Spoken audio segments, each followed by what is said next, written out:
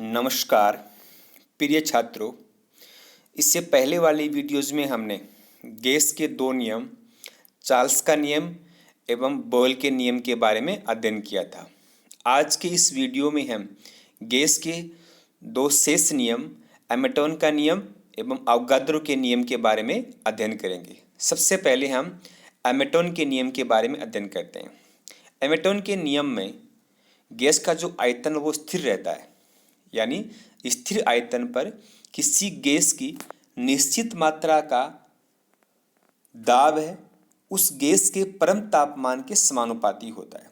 That is volume remaining constant, the pressure of a given mass of a gas is directly proportional to its temperature in kelvin. इस point को हम mathematically निम्न प्रकार से represent कर सकते हैं। कैसे करेंगे?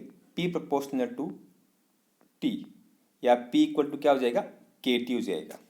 ओके, या P1 upon T1 equal to P2 upon T2।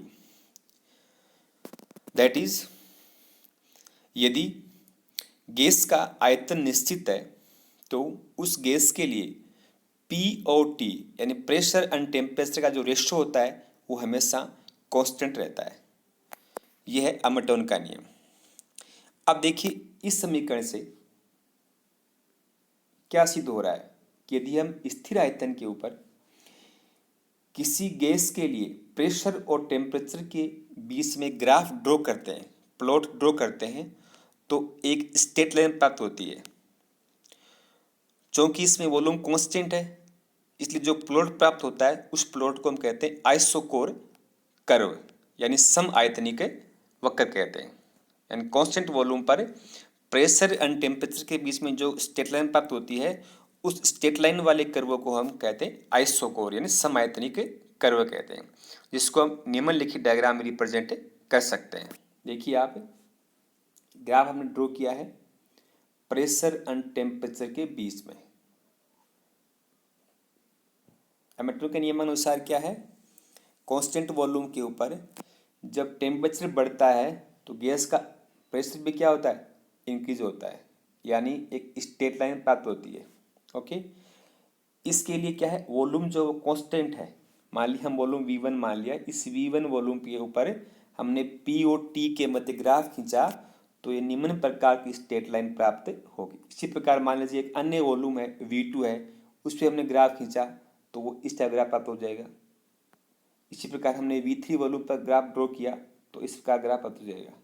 Simple सी बात यह है कि डिफरेंट वॉल्यूम्स पर, वॉल्यूम्स क्या है? कांस्टेंट है, उस डिफरेंट कांस्टेंट वॉल्यूम पर प्रेशर और टेम्परेचर के बीच में जब ग्राफ ड्रॉ करते हैं तो एमेटोन के नियमानुसार एक स्ट्रेट लाइन प्राप्त होती है। ओके, अब हम सेकंड लॉ अवोगाद्रो के नियम के बारे में अध्ययन करेंगे। अवोगाद्रो नियम के अध्ययन करने से पहले आप इस डायग्राम पर ध्यान दीजिए। अब देखिए, इसमें एक अभिक्रिया होती है, हम जानते हैं क्या अभिक्रिया होती है कि H2 plus 2H2 plus O2 से क्या बनता है? से बनता है 2H2, यानी 1 mole of O2 react with 2 mole of H2। As a result of this 2 mole of H2 is formed. Okay, अब देखिए आप इसके अंदर इस 2 वॉल्यूम्स लिए हमने, 2 मोल लिए H2 के, उसमें देखिए यहाँ पर ये 2 स्क्वायर बने हुए हैं। इस स्क्वायर में कितने मॉलिक्यूल हैं? 1 2 3 4 5 6 हैं, 6 यहाँ पर हैं। और इसी के अंदर भी कितने हैं? 6 वॉल, 1 2 3 4 5 6 है, 6 यहाँ। तो टोटल कितने मॉलिक्यूल हो गए? तो मॉलिक्यूल यहाँ पर 12 हो गए। हो गए। ये कितने में? ये 2 वॉल्यूम में है, ठीक है ना। यहाँ पर हमने एक वॉल्यूम यानी 1 मोल लिया है, उसमें कितने मॉलिक्यूल O2 के? 1 2 3 4 5 6 हो गए इसके अंदर, ठीक है। जब इससे बन रहा है H2O, इसके कितने वॉल्यूम्स हैं? 2 वॉल्यूम्स हैं, 2 मोल मोल बने इसके H2O के। तो इसमें देखो कितने स्क्वायर हैं? 2 हैं, एक ये वाला स्क्वायर है, एक ये वाला है। प्रत्येक कितने मॉलिक्यूल हैं? 6 इसमें, तो टोटल कितने हो गए? टोटल 12 हो गए, ठीक है ना। यहाँ पर कितने मॉलिक्यूल्स थे? यहाँ भी 12 थे, 2 वॉल्यूम्स में थे वो। एक ये 1 वॉल्यूम कितने थे? 6 मॉलिक्यूल थे। यहाँ भी 2 वॉल्यूम्स कितने हैं, 12 मॉलिक्यूल्स हैं। ठीक है, अब देखिए यहाँ पे यदि टेम्परेचर और प्रेशर कांस्टेंट हो, उस कंडीशन में यदि हम उस गैस के आयतन समान ले लें, हमारे पास डिफरेंट गैसेज हैं, उन गैसेज के यदि वॉल्यूम्स हम समान ले लें, जैसे हमने इसमें लिया है, इसमें हमने यहाँ पर एक वॉल्यूम लिया है, एक वॉल्यूम में कितने मॉलिक्यूल हैं, 6 हैं। यदि हम इसी को भी हम एक वॉल्यूम मान लें, कितना मान लें, वॉल्यूम 1 मान लें, यहाँ भी 1 वॉल्यूम था, यहाँ भी हम 1 वॉल्यूम मान लें, तो 1 में कितने हो जाए मॉलिक्यूल्स, हाफ कर दो आप, इसके बाद कितने हो जाएंगे, 6 हो जाएंगे, 6 हो जाएंगे। ठीक है ना, यहाँ पे भी हम इसके वॉल्यूम कितने कर लें, 1 कर लें, तो कितने मॉलिक्यूल हो जाएंगे इसके अंदर, इसमें 6 मॉलिक्यूल हो जाएंगे। अब देखिए यहाँ पे जब टेम्परेचर एंड प्रेशर कांस्टेंट है, जब इन तीनों गैस हैं यानी H2, O2 एवं H2 हैं, इन तीनों के वॉल्यूम्स हम समान ले रहे हैं, यानी एक ही वॉल्यूम किसका H2 का है, एक ही वॉल्यूम O2 का है, एक ही वॉल्यूम किसका है, H2O का है। तो अब देखिए जब तीनों के वॉल्यूम समान हैं, तीनों मॉलिक्यूल कितने हैं, तीनों मॉलिक्यूल्स भी समान हैं, 6 H2 के हैं, 6 O2 के हैं और 6 किसके हैं, H2O के हैं। अर्थात स्थिर दाब और स्थिर तापमान पर सभी गैसों के जो समान आयतन होते हैं, उनमें जो अणु की संख्या होती है वो क्या होती है, समान होती है। यही अवोगाद्रो का नियम है। ओके, यानी equal volume of all gases under the same conditions of temperature and pressure contain equal number of molecules. अर्थात ताप और दाब की समान परिस्थितियों में समस्त गैसों के समान आयतन में अणु की संख्या समान होती है। यही अवोगाद्रो का नियम है। मैथमेटिकली अवोगाद्रो के नियम को हम निम्न प्रकार से रिप्रेजेंट कर सकते हैं कि कांस्टेंट टेम्परेचर एंड प्रेशर पर गैस का जो वॉल्यूम है वो गैस के जो मोल्स हैं उसकी डायरेक्टली प्रोपोर्शनल होता है, यानी वी प्रोपोर्शनल टू क्या हो जाएगा, एन हो जाएगा, या क्या हो जाएगा, वी पे आ जाएगा के एन, या V1 upon N1 equal to हो जाएगा V2 अपॉन N2। ओके, इसका तात्पर्य ये हुआ कि जब टेम्परेचर एंड प्रेशर कांस्टेंट है तो डिफरेंट गैसेस के लिए जो V अपॉन N का जो अनुपात है वो हमेशा कांस्टेंट रहता है, वो हमेशा स्थिर रहता है। ठीक है, इसको हम निम्नलिखित